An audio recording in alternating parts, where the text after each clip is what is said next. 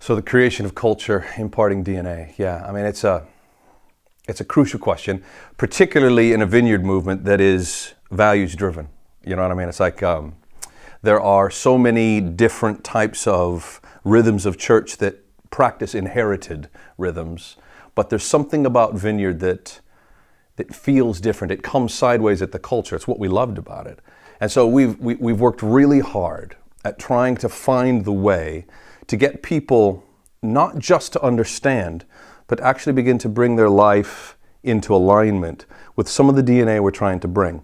In Canterbury, our DNA is fairly counter-contextual. I put it that way rather than cultural. It's our tagline down there is "Religion sucks."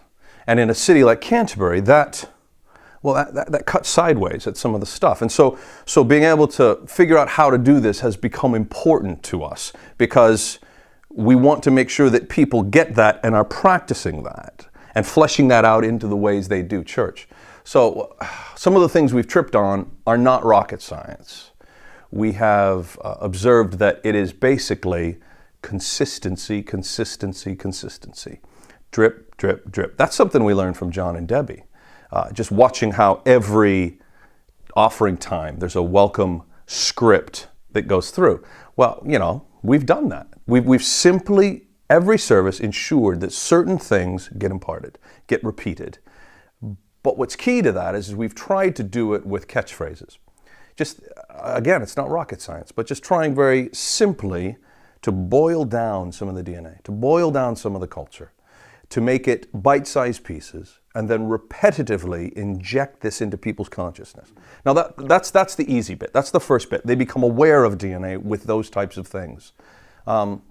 It's not going to be practiced. It's not going to be a recalibrating experience for people if we don't then do the second thing. And this is something that I've encountered leading a church that I didn't encounter being on staff at a church, is that actually we need to think about the ramifications of our catchphrases.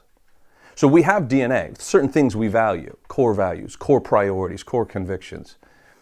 But those lead to our lifestyle looking different in ways we never foresaw. You know, so for instance, religion sucks is a statement about the gospel of grace and the gospel of justification. And so we started to understand that the way we do discipleship, the way we do leadership development, the way we do challenging and confrontation, all are radically altered by the DNA of religion sucks. So we can repetitively drip, drip, drip religion sucks into our community's life. But if we aren't then living with integrity and seeing our systems and structures transformed by that tagline or that core priority, well then the words are empty. And for our generation